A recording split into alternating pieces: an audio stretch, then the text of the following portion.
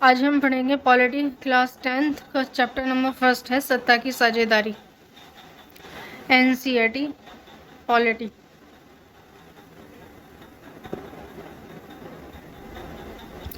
UPSC के लिए NCERT बहुत इंपॉर्टेंट है। 6 से लेकर के 12th क्लास तक की सब सब्जेक्ट्स के एनसीईआरटी करेंगे जो यूपीएससी के पर्सपेक्टिव से इम्पॉर्टेंट है। आज 10th क्लास के एनसीईआरटी चैप्टर फर्स्ट सत्ता की साझेदारी।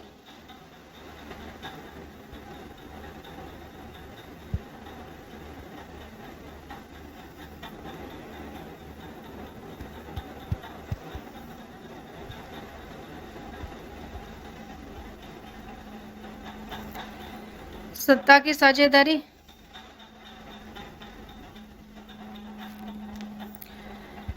यहाँ पर कुछ इसका इंट्रोडक्शन दिया है कि जो कि हमने लास्ट क्लासेस में पढ़ा था।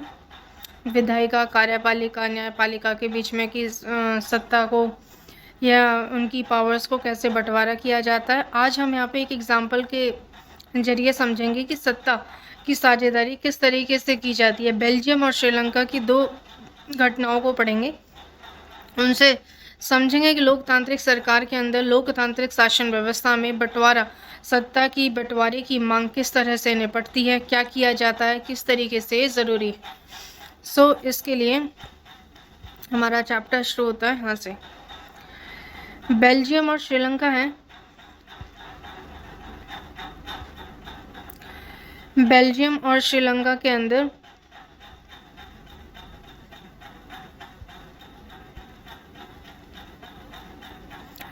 बेल्जियम यूरोप का एक छोटा सा देश है।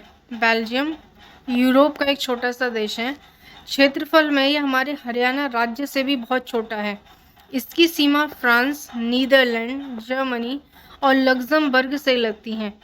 इसकी आबादी 1 करोड़ से थोड़ी अधिक है, यानी हरियाणा की आबादी से करीब आधी है।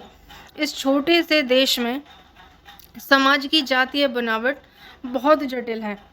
बेल्जियम और श्रीलंका के बारे में इस एक एग्जाम्पल के तहत समझाया कि यहाँ पे सत्ता की साझेदारी कैसे की जाती है।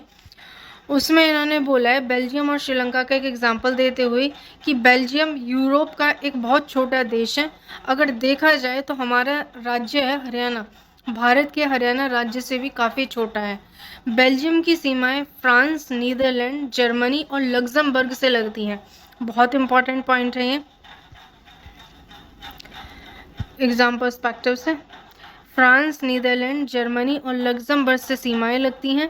बेल्जियम यूरोप का एक देश है और हरियाणा राज्य से भी बहुत छोटा है। यानी जाने तो इसकी आबादी पॉपुलेशन 1 करोड़ से थोड़ी ज़्यादा अधिक है।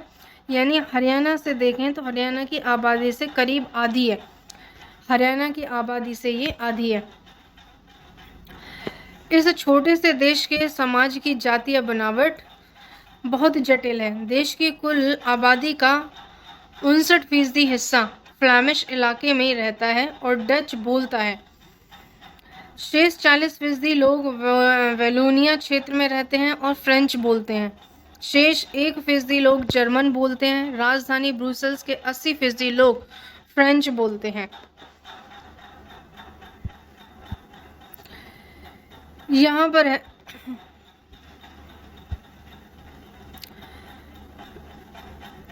देश की कुल आबादी का 59% हिस्सा यहाँ पर फ्लैमिश इलाके में रहता है। यानी बेल्जियम की टोटल जो पॉपुलेशन है उसमें से एटलीस्ट 59% लोग फ्लैमिश इलाके में रहते हैं और डच बोला करते हैं। जबकि जो बचे हुए यहाँ पे 40% लोग हैं ये वेलोनिया क्षेत्र में रहते हैं और ये फ्रेंच बोलते हैं। शेष जो यहाँ पर 59 और 40 यानी 99 1% जो लोग बच जाते हैं ये लोग जर्मन बोलते हैं और राजधानी ब्रुसेल्स के 80% लोग फ्रेंच बोलते हैं और 20% लोग डच बोलते हैं। 80% लोग ब्रुसेल्स के, यहाँ पे बेल्जियम की राजधानी ब्रुसेल्स के 80% लोग फ्रेंच बोलते हैं और 20% लोग यहाँ पर डच भाषा बोलते हैं। अल्पसंख्यक फ्रेंच भाषी लोग तुलनात्मक रूप से ज़्यादा समृद्ध और ताकतवर रहे हैं। बहुत बाद में जाकर आर्थिक विकास और शिक्षा का लाभ पाने वाले डच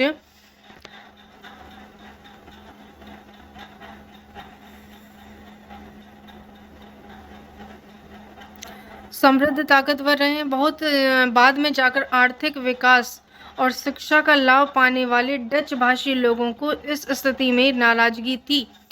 इसके चलते भी 1950 से 1960 के दशक में फ्रेंच और डच बोलने वाले समूहों के बीच तनाव बढ़ने लगा। इन दोनों समुदायों के टकराव का सबसे तीखा रूप ब्रुसेल्स में देखा गया था। सबसे तीखा रूप यहाँ देखा गया ब्रुसेल्स में। यह एक विशेष तरह की समस्या थी। डच बोलने वाले लोग संख्या के हिसाब से बहुत ज़्यादा थे, लेकिन धन और समृद्धि के मामले में बहुत कमज़ोर थे। अल्पमत में भी थे ये। इस स्थिति की तुलना में एक और देश से करें तो श्रीलंका के द्वीपीय देश है। श्रीलंका एक द्वीपीय देश है। श्रीलंका एक द्वीपीय देश है जो तमिलनाडु के दक्षिणी तट से कुछ किलोमीटर की दूरी पर स्थित है। इसकी आबादी करीब 2 करोड़ है, यानी हरियाणा के बराबर। श्रीलंका की आबादी करीब 2 करोड़ है, यानी हरियाणा के बराबर ही है। दक्षिण एशिया के अन्य देशों की तरह श्रीलंका की आबादी में भी कई जातीय समूहों के लोग हैं यहाँ पर। सबसे पहले सामाजिक मुद्दों पर देखें। सबसे पहले सामाजिक मुद्दे समूह सिंगलियों का है, जिनकी आबादी कुल जनसंख्या की 74% है। कुल फिर तमिलों का नंबर आता है, जिनकी आबादी कुल जनसंख्या का 18% है। तमिलों में भी 2 समूह हैं, जैसे श्रीलंकाई मूल के तमिल हो गए जो 13% हैं। और देखा जाए हिंदुस्तानी तमिल हो गए जो औपनिवेशिक हैं। हिंदुस्तानी तमिल हैं जो औपनिवेशिक शासनकाल में बागानी में काम करने के लिए भारत से लाए गए लोगों की संतान हैं। मौजूदा श्रीलंका के नक्शे पर गौर करें तो पाएंगे कि तमिल मुख्य रूप से उत्तर और पूर्वी प्रांत में आबाद हैं। अधिकतर सिंगली भाषी लोग बौद्ध होते हैं। तमिल भाषी लोगों में कुछ हिंदू हैं और कुछ मुसलमान हैं। श्रीलंका की आबादी में कई लोगों का हिस्सा 7% और सिंगली और तमिल दोनों भाषाएं बोला करते हैं। अब जरा सोचिए कि ऐसी स्थिति में क्या हो सकता है। बेल्जियम में डच भाषी लोग अपनी बड़ी संख्या के बल पर फ्रेंच भाषी और जर्मन भाषी लोगों पर अपनी इच्छाएं थोप सकते हैं। इससे उनके बीच की लड़ाई और बढ़ जाती है। संभव था कि इससे देश बढ़ जाता और ब्रुसेल्स पर दोनों पक्ष अपना अपना दावा ठोकते। श्रीलंका में सिंगली आबादी का बहुमत और ज़्यादा था और वे लोग मुल्क में अपनी मनमानी चला सकते थे। अब जानते हैं इसके बारे में कि यहाँ पर कैसे क्या हुआ होगा।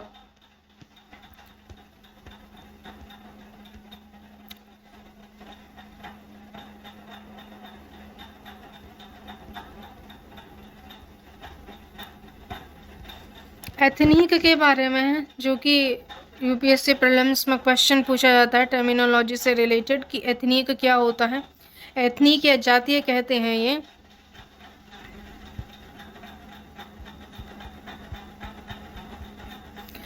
यह एक ऐसा सामाजिक विभाजन है जिसमें हर समूह अपनी अपनी संस्कृति को अलग मानता है, यानी यह साझी संस्कृति पर आधारित सामाजिक विभाजन है। किसी भी जातीय समूह के सभी सदस्य मानते हैं कि उनकी उत्पत्ति समान पूर्वजों से हुई और इसी कारण उनकी शारीरिक बनावट, संस्कृति एक जैसी है। ज़रूरी नहीं कि समूह के सदस्य किसी एक धर्म के मानने वाले हों या उनकी राष्ट्रीयता एक हो। ये एथनिक ग्रुप्स हुआ करते थे यहाँ पर। अब बेल्जियम में और श्रीलंका के मानचित्र को दिखाया गया है। यहाँ पर इस इलाके में विभिन्न समुदाय की सघन आबादी नजर आ रही है। जैसे येलो पार्ट फ्लैमिश और डच भाषा बोला करते हैं। इसमें येलो पार्ट दिखाया है, ये वाला पूरा। यहाँ पर ये डच भाषा बोलते हैं।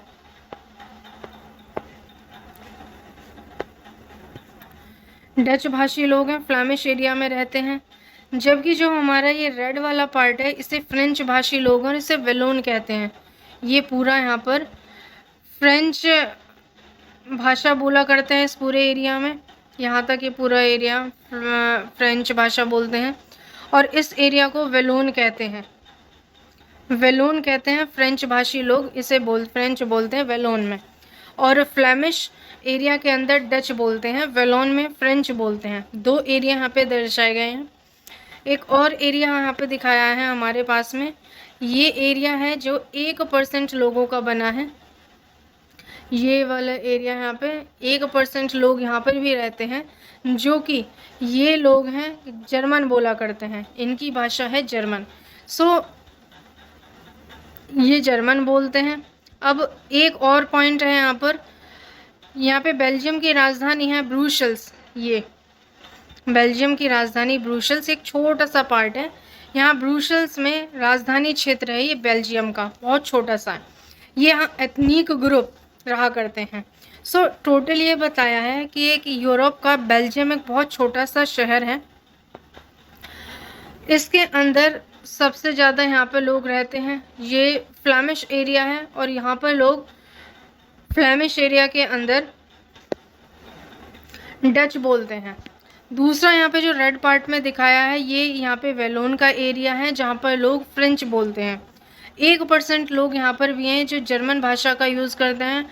और ब्रुसेल्स की राजधानी बेल्जियम के अंदर यहाँ पर भी कुछ एथनिक ग्रुप्स रहते हैं जो कि अपनी यहाँ पे उनके अलग संस्कृति है, अपने आप को अलग विभाजित मानते हैं।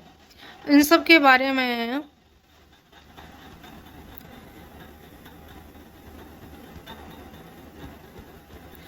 श्रीलंका में बहुसंख्यकवाद कैसे हुआ। श्रीलंका के अंदर बहुसंख्यकवाद की शुरुआत हुई थी सन 1948 में, जब श्रीलंका स्वतंत्र राष्ट्र बना। तो क्वेश्चन पूछा जा सकता है कि श्रीलंका स्वतंत्र राष्ट्र बना था 1948 में। सिंगली समुदाय के नेताओं ने अपनी बहुसंख्या के बल पर शासन और प्रभुत्व जमाना चाहा था। यहाँ पर जब 1948 में श्रीलंका स्वतंत्र राष्ट्र बना, तो वहाँ पर सिंगली समुदाय का नेतृत्व था। सिंगली समुदाय काफ़ी संख्या में थे, तो उन्होंने अपना बल और शासन पर वहाँ पर प्रभुत्व जमाना शुरू किया। इसी वजह से लोकतांत्रिक रूप से निर्वाचित सरकार ने सिंगली समुदाय की प्रभुता कायम करने के लिए अपनी बहुसंख्यक परिस्थिति के तहत कई कदम उठा दिए। लोकतांत्रिक रूप से जो निर्वाचित सरकार थी, सिंगली समुदाय की प्रभुता और कायम करने के लिए अपनी बहुसंख्यक परिस्थिति के लिए काफ़ी कदम उन्होंने उठा दिए थे। इससे और भी पता चलता है कि जब 1948 में श्रीलंका स्वतंत्र हुआ, 1956 में एक कानून बनाया गया। 1956 में बना कानून, जिसके तहत तमिल को दरकिनार करके सिंगलियों को एकमात्र राजभाषा घोषित कर दिया गया था। सिंगलियों की एकमात्र राजभाषा उन्हें घोषित कर दिया और तमिल लोगों को दरकिनार कर दिया। विश्वविद्यालय और सरकारी नौकरियों में भी सिंगलियों को प्राथमिकता दी जाने लगी। नए संविधान में यह प्रावधान भी किया गया कि सरकार बौद्ध मत को संरक्षण और बढ़ावा देगी। संविधान जो बना उसमें भी प्रावधान कर दिया गया कि वहाँ पर जो बौद्ध लोग हैं उनको संरक्षण और बढ़ावा दिया जाना चाहिए। यानी 1948 में श्रीलंका स्वतंत्र राष्ट्र बना है। सिंगलियों की संख्या यहाँ पे ज़्यादा थी, तो सिंगलियों ने अपना समुदाय, अपना प्रभुत्व वहाँ पे जमाना चाहा। 1956 में कानून बनाया इन्होंने एक, जिसमें तमिल लोगों को अलग कर दिया और सिंगली एकमात्र राजभाषा घोषित कर दिए गए, जिसमें विश्वविद्यालय और सरकारी नौकरी में भी अब सिंगलियों को ही प्राथमिकता दी जाने लगी थी। नया संविधान बनकर के तैयार हुआ, जिसमें सरकार ने बौद्ध मत को संरक्षण और बढ़ावा देने की बात कही। उसके बाद में एक एक करके आए इन सरकारी फैसलों ने श्रीलंकाई तमिल की नाराजगी और सत्ता को लेकर उनमें बोगलापन बढ़ाया या फिर बेगानापन बढ़ाया। उन्हें लगा कि बौद्ध धर्मावलंबी सिंगलियों के नेतृत्व वाली सारी राजनीतिक पार्टियां उनकी भाषा, उनकी संस्कृति को लेकर असंवेदनशील हैं। उन्हें लगा भी कि संविधान और सरकार की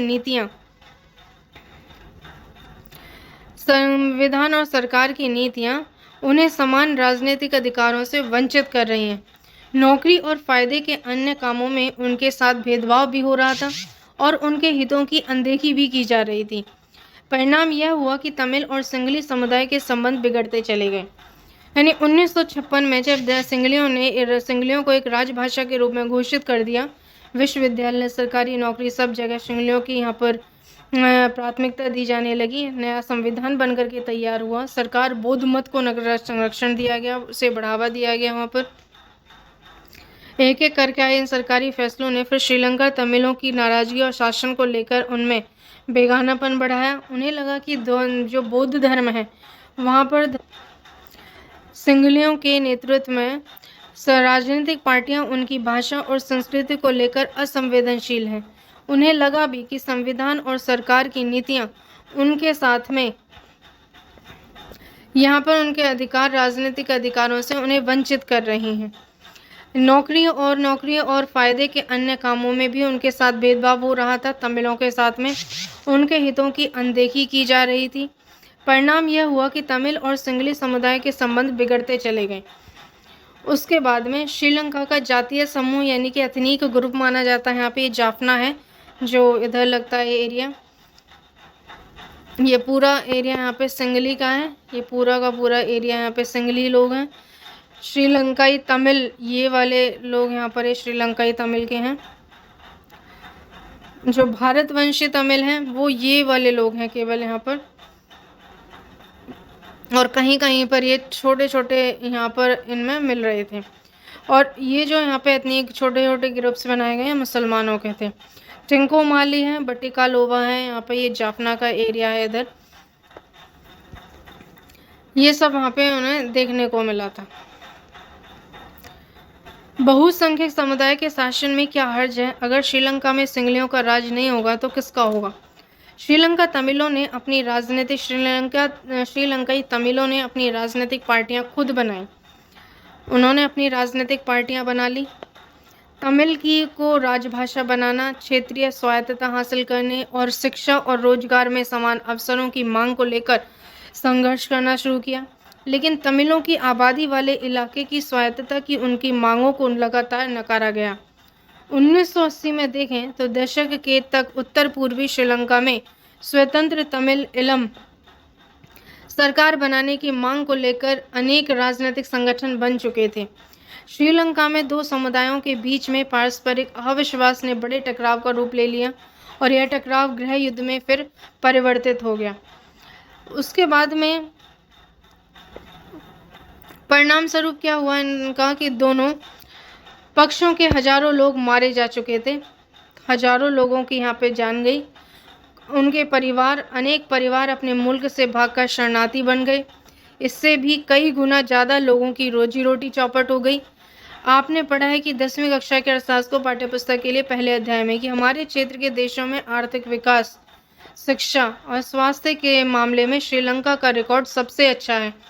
वहाँ के गृह युद्ध में से मुल्क के सामाजिक और सांस्कृतिक आर्थिक जीवन में काफ़ी परेशानियां पैदा कर दी।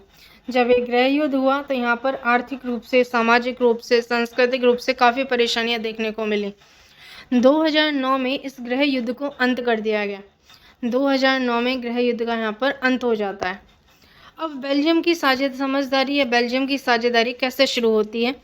बेल्जियम की समझदारी है कि बेल्जियम के नेताओं ने श्रीलंका से अलग रास्ता अपनाने का फैसला कर लिया।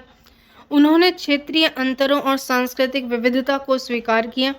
1970 में और 1993 तक बीच उन्होंने अपने संविधान में 4 संशोधन सिर्फ इस बात के लिए किए थे कि देश में रहने वाले किसी भी आदमी को बेगानेपन का एहसास न हो। 1970 से 1993 के बीच में 4 संशोधन कर चुके थे वह अपने संविधान में, सभी मिलजुल कर रह सकें। उन्होंने इसके लिए जो व्यवस्था की वह बहुत ही कल्पनाशील है तथा कोई और देश ऐसा नहीं कर पाया। बेल्जियम के मॉडल की कुछ मुख्य बातें इस तरीके से थी कि संविधान में इस बात का स्पष्ट प्रावधान है कि केंद्रीय सरकार में डच और फ्रेंच भाषी मंत्रियों की संख्या समान रहेगी। संविधान में बड़े क्लियर वर्ड्स में लिख दिया गया था कि केंद्र सरकार के अंदर डच और फ्रेंच भाषा के मंत्री समान संख्या में रहेंगे। कुछ विशेष कानून तभी बन सकते हैं जब दोनों भाषा के लोग यहाँ पर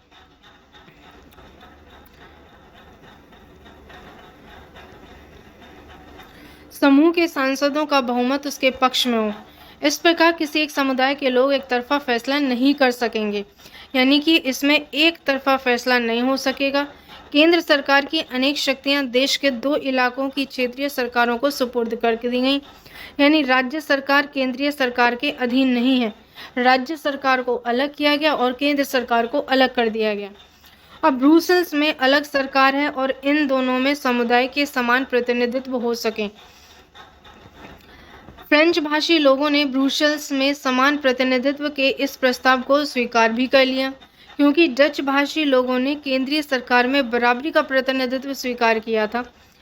इसकी और भी देखें, आगे चलें तो हम बेल्जियम की एक बस्ती का पता यहाँ दिए गए हैं, फोटोग्राफ में अंकित हैं। गौर करें कि स्थान का नाम और दिशा की जानकारी दो भाषा फ्रेंच और डच में दी गई है।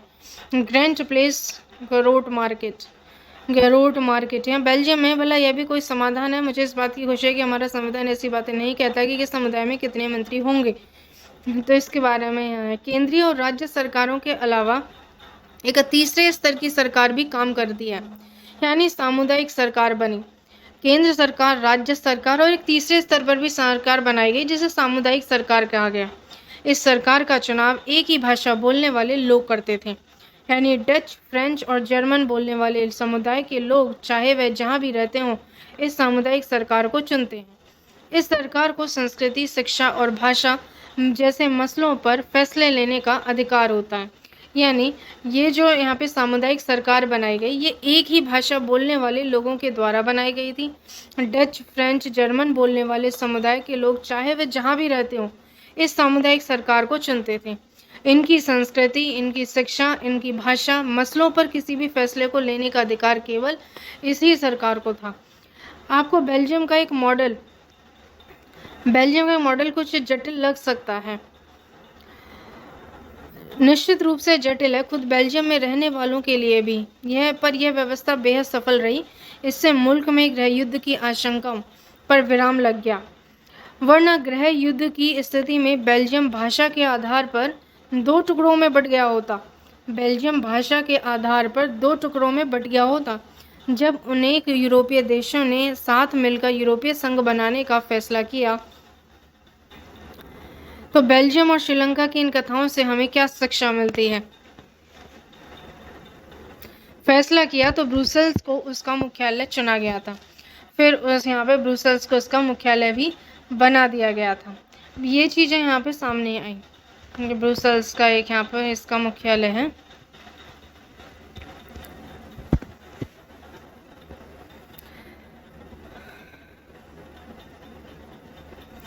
अब यहाँ पर इन्होंने बताया कि बेल्जियम और श्रीलंका की इन इंसिडेंट्स को देख करके हमारी क्या समझ में आता है, साझेदारी और श्रीलंका में कैसे यहाँ पर हिस्सेदारी बढ़ी। जर्मन गवर्नमेंट आई। अब यहाँ पर बाईं तरफ अंकित कार्टून में जर्मनी की एक समस्या का संकेत किया है। वहाँ क्रिश्चियन डेमोक्रेटिक पार्टी और सोशल डेमोक्रेटिक पार्टी नामक दो बड़ी पार्टियों की गठबंधन सरकार है। ऐतिहासिक रूप से दोनों पार्टियां एक दूसरे की हैं प्रतिस्पर्धी रही हैं। सन 2005 में अगर देखें तो चुनावों में इन दोनों में से किसी एक को अपने बूते सरकार बनाने लायक बहुमत नहीं मिला, इसलिए इन्हें गठबंधन सरकार बनानी पड़ी। दोनों दल विभिन्न नीतिगत मामले पर अलग अलग पक्ष लेते हैं, फिर भी वहां साथ मिलकर सरकार चला रहे हैं। जर्मन की संसद के बारे में जानकारी मिल रही है यहाँ पे कि ये सत्ता की साझेदारी क्यों ज़रूरी है। क्वेश्चन यहाँ पे यही मिलता है। पहले सत्ता की साझेदारी इस प्रकार सत्ता के बंटवारे के पक्ष में दो तरह के तर्क दिए जा सकते हैं। पहला है कि सत्ता का बंटवारा ठीक है क्योंकि इससे विभिन्न सामाजिक समूहों के बीच टकराव का अंदेशा कम हो जाता है। सत्ता की साझेदारी इसलिए भी जरूरी है कि जब एक ही समाज के अंदर कई समुदाय या धर्म के लोग रहते हैं तो उनमें आपसी मतभेद कम हो जाता है।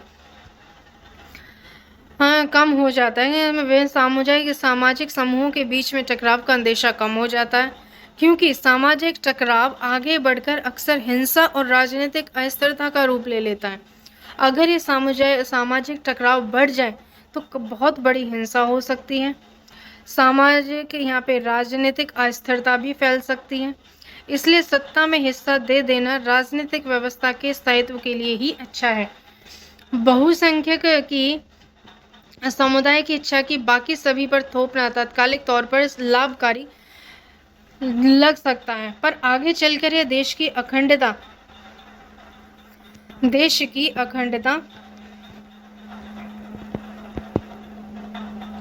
के लिए घातक भी हो सकता है।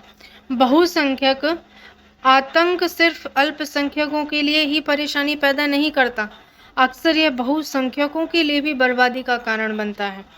सत्ता का बंटवारा लोकतांत्रिक व्यवस्थाओं के लिए तो ठीक है कि इसके एक पक्ष में एक और बात की जा सकती है कि वह है बात कहीं ज्यादा गहरी है। सत्ता की साझेदारी दरअसल लोकतंत्र की आत्मा है। सत्ता की अगर साझेदारी होती है तो इसे लोकतंत्र की आत्मा कहा जा सकता है। लोकतंत्र का मतलब होता है जो लोग इस शासन व्यवस्था के अंतर्गत हैं उनके बीच में, जो लोग इस शासन व्यवस्था के अंतर्गत हैं उनके बीच सत्ता को बांटा जाए, ये लोग इसी ढर्रे से रहें। इसलिए वैध सरकार वही है जिसे अपनी भागीदारी के माध्यम से सभी समूह शासन व्यवस्था से जोड़ते हैं। इन दो तर्कों से हम एक को हम युक्तिपरक और दूसरे को नैतिक तर्क कह सकते हैं। एक को युक्तिपरक और दूसरे को नैतिक तर्क भी कह सकते हैं। युक्तिपरक या समझदारी का तर्क लाभकर परिणामों पर जोर देता है, जबकि नैतिक तर्क सत्ता के बंटवारे के अंतर्भूत महत्व को बताता है। यहाँ पर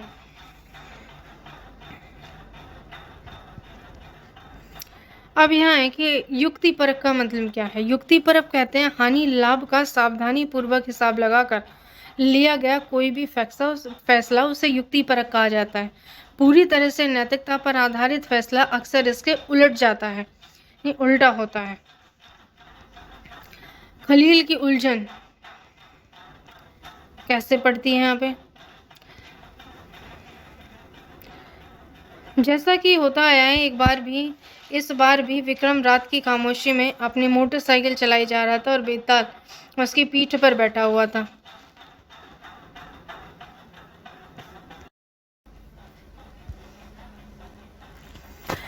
खलील का उलझन। बैरूत शहर में खलील नाम एक आदमी रहता था। उसके माँ बाप अलग अलग समुदाय के थे। पिता ऑर्थोडॉक्स ईसाई थे और माँ सुन्नी मुसलमान थी। आधुनिक शहर के लिए कोई अनूठी बात नहीं थी। लेबनान में अलग अलग समुदाय के लोग भी रहा करते थे। राजधानी बैरूत में भी बस जाया करते थे। मेल जोल होता था। गृह युद्ध में वे एक दूसरे से लड़ते भी थे। खलील का एक चाचा ऐसी ही लड़ाई में मारा गया था। गृह युद्ध की समाप्ति के बाद में लेबनान के सारे नेता साथ मिलकर बैठे और विभिन्न समुदायों के बीच सत्ता के बंटवारे के कुछ बुनियादी नियमों पर सहमत हुए। इन नियमों के अनुसार तय हुआ कि देश का राष्ट्रपति मेरोनाइट पंथ का कोई कैथोलिक ही होना चाहिए। सिर्फ सुन्नी मुसलमान ही प्रधानमंत्री हो सकता है। उप प्रधानमंत्री का पद ऑर्थोडॉक्स ईसाई और संसद के अध्यक्ष का पद शिया मुसलमान के लिए तय हुआ। इस समझौते के अनुसार आगे से ईसाई फ्रांस में संरक्षण की मांग नहीं करेंगे और मुसलमान भी पड़ोसी सीरिया के साथ एकीकरण की मांग छोड़ने पर सहमत हुए। जब ईसाई और मुसलमानों के बीच में समझौता हुआ तब दोनों की आबादी लगभग बराबर थी। बाद में मुसलमान स्पष्ट रूप से बहुमत में आ गए और दोनों पक्ष अभी भी उस समझौते का आदर नहीं करते हुए उसे मान रहे थे। खलील को इस समझौते में बड़ी गड़बड़ लगी। वह राजनीतिक महत्वाकांक्षा वाला लोकप्रिय व्यक्ति है, लेकिन मौजूदा व्यवस्था के रहते हुए सबसे बड़े पर्दे पर पहुंच ही नहीं सकता। ना तो माँ के धर्म को मानता है वह, ना पिता को मानता है। असल में वह चाहता ही नहीं कि उसे किसी भी धर्म से जोड़कर पहचाना जाए। उसे समझ में नहीं आता कि लेबनान भी अन्य सामान्य लोकतंत्रों की तरह क्यों नहीं चलता।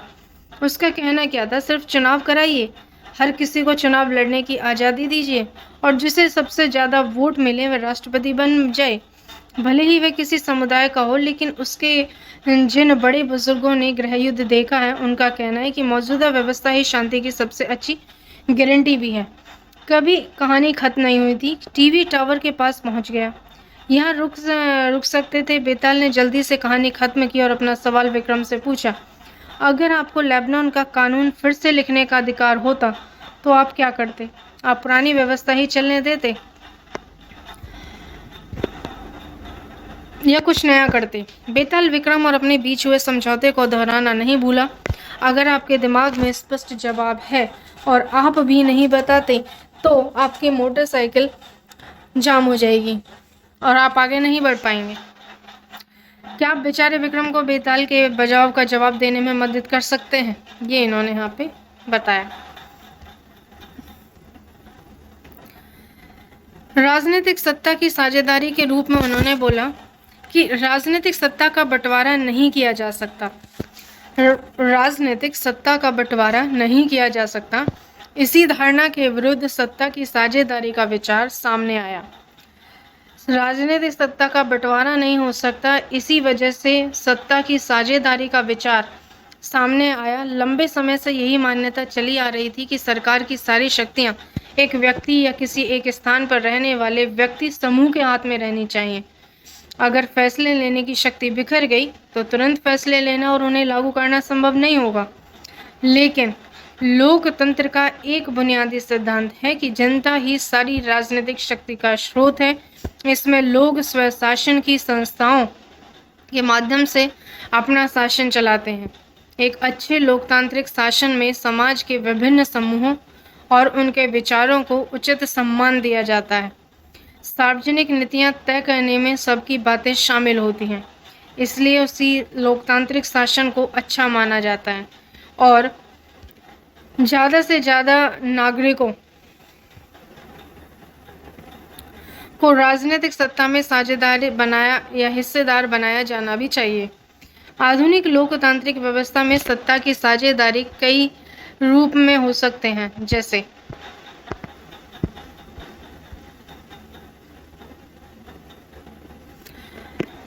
शासन के विभिन्न अंग जैसे विधायिका, कार्यपालिका और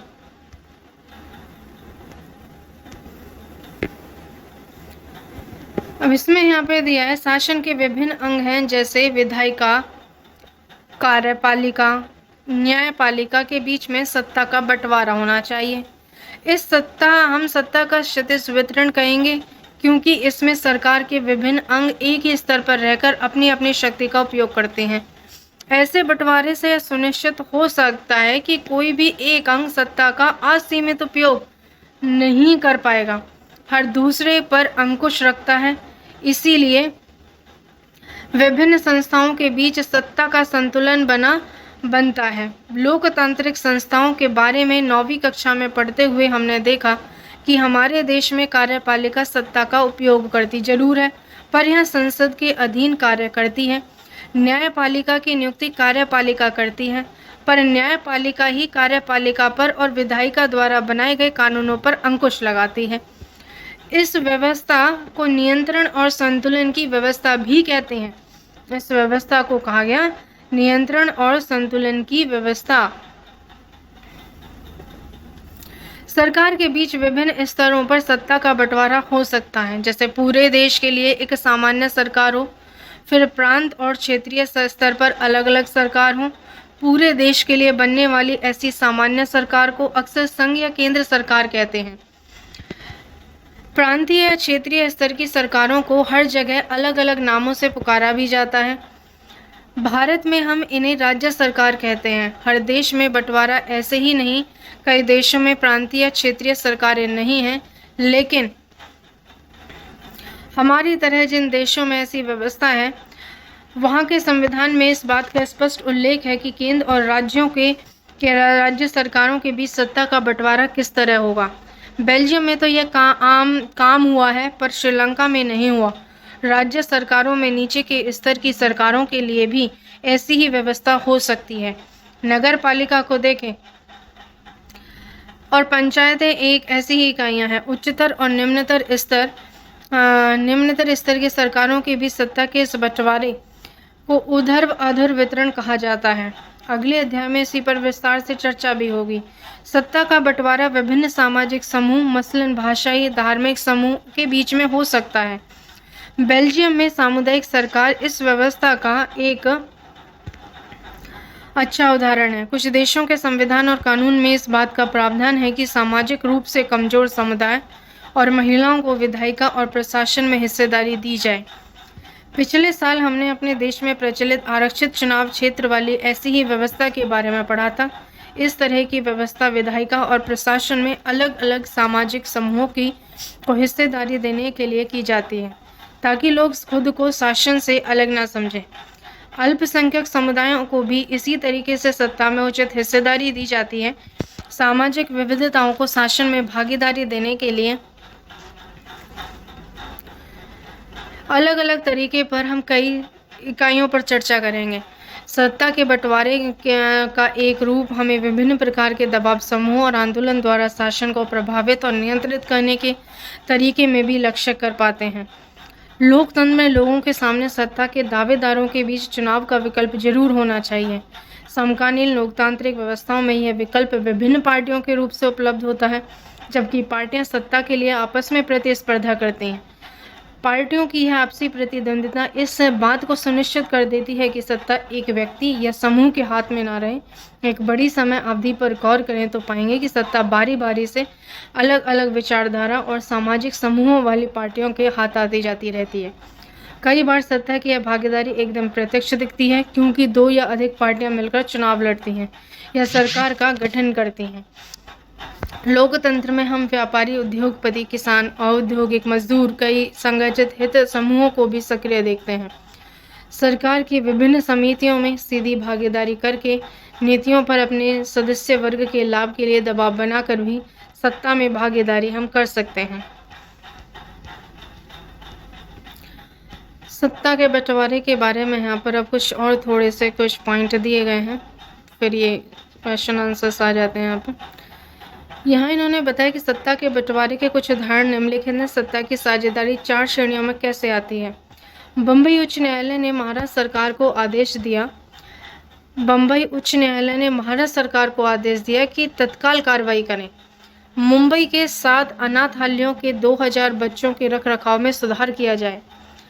कनाडा के ओंटारियो प्रांत की सरकार ने वहां के मूलवासी समुदाय के साथ जमीन के दावों का निपटारा करने पर सहमति दे दी। स्थानीय मामलों के लिए जवाबदेह मंत्री ने घोषणा की कि सरकार मूलवासी समुदाय के साथ पारस्परिक सम्मान और सहयोग की भावना में काम करे। रूस की 2 प्रभावशाली राजनीतिक पार्टियां the union on right forces और लिबरल या ब्लॉक ऑफ मूवमेंट ने एक मजबूत दक्षिणपंथी गठबंधन बनाने के लिए अपने संगठनों के विलय का फैसला किया। इनका प्रस्ताव है कि अगले संसदीय चुनाव में हम उम्मीदवारों को साझा सूची भी बनाएंगे। नाइजीरिया के विभिन्न प्रांतों में वित्त मंत्री ने एकजुट होकर मांग की कि संघीय सरकार अपनी आमदनी के स्रोतों को घोषित करे। यह भी जानना चाहते थे कि विभिन्न प्रांतों के बीच राजस्व का बंटवारा किस आधार पर किया जाता है। चैप्टर 1 था क्लास 10 पॉलिटी का, NCERT पॉलिटी पावर शेयरिंग, इसके बारे में।